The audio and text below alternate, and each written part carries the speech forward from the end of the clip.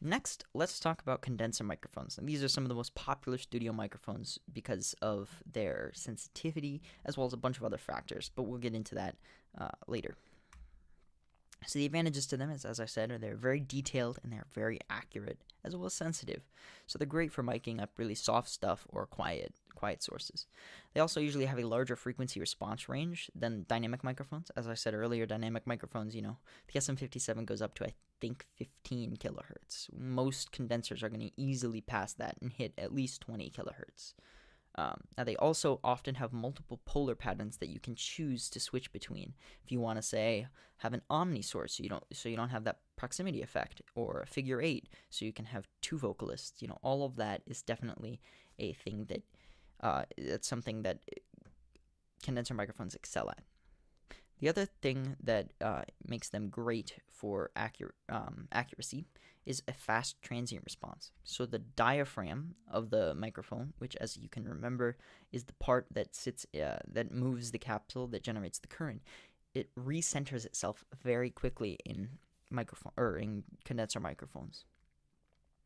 Now the disadvantages, which is also one of the advantages, is high sensitivity. Not great for miking up things that are very loud.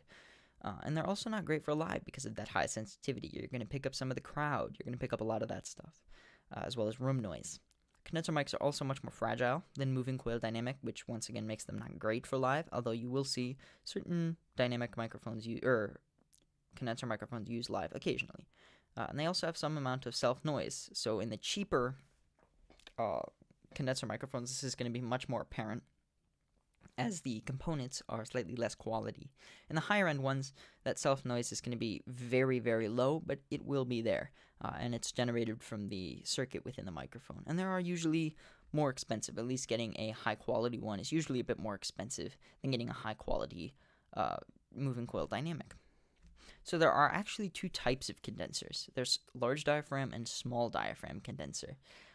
And this all is in respect to how large the diaphragm is. So the diaphragm on a large diaphragm condenser is basically larger than 1 inch. And then a small diaphragm condenser is less than a half inch. So the smaller diaphragms, the primary advantage is that better transient response, which gives them a higher frequency range, as well as a more consistent polar pattern.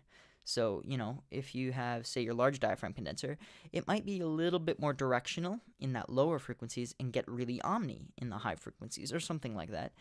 With small diaphragm condensers, it is very consistent. It's always going to pick up the same general area. And they also usually have a flatter sound than large diaphragm condensers. Now, the advantages of large diaphragm condensers primarily is self-noise. Small diaphragm condensers can have wildly more self-noise than large diaphragm condensers, because of how the circuitry inside them works. It's the same similar circuitry, it's just with that smaller diaphragm, you need a different set of amplification within the microphone that's going to introduce a lot more self-noise. So with large diaphragm condensers, you're going to get less self-noise. They're also less sensitive to plosives, that P sound that we were talking about earlier in, I believe, dynamic microphones.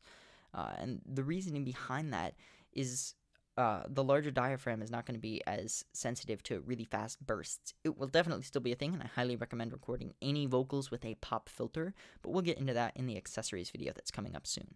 They also sound bigger and more colored. So as we talked about with small diaphragms, they sound flatter.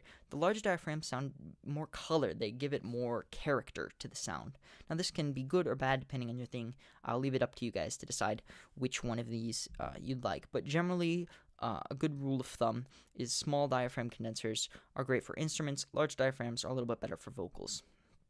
Another rule of thumb is small diaphragm condensers often come in pairs, and the reasoning for that is they are a very popular choice for drum overheads, as well as match any stereo miking techniques, which allow you to record things in stereo to give it a little bit more oomph to the headphone response. So, when you go out to pick up a nice pair of small diaphragm condensers, you're probably going to be picking up a pair. A large diaphragm condenser is much more for that mono, that great piercing vocal. So those are the two types of condensers. Now the applications of them are mostly dependent on the detail, which makes them a great choice for acoustic instruments, specifically acoustic guitar, strings, vocals, hand percussion, brass, woodwinds, and pretty much anything else that's acoustic. And when I say hand percussion, I mean like tambourine, because you're going to get that sprinkly, really high-end as well as very fast transient response, which gives you very, very clean, very, very accurate audio. Next video, we're going to run over a few common condenser microphones. Now, if you remember from the dynamic microphones video, I did mention that it's kind of sad because there are much less standardized condenser microphones. You can probably expect to see some sort of Neumann U87 in a professional studio that you walk into, but it's not going to be anywhere near as often as you see an SM57 in a studio. And the reasoning behind that is it's really partially a matter of budget, and there's a bunch of other facts that go into that as well. But just keep in mind, condenser microphones are less standardized.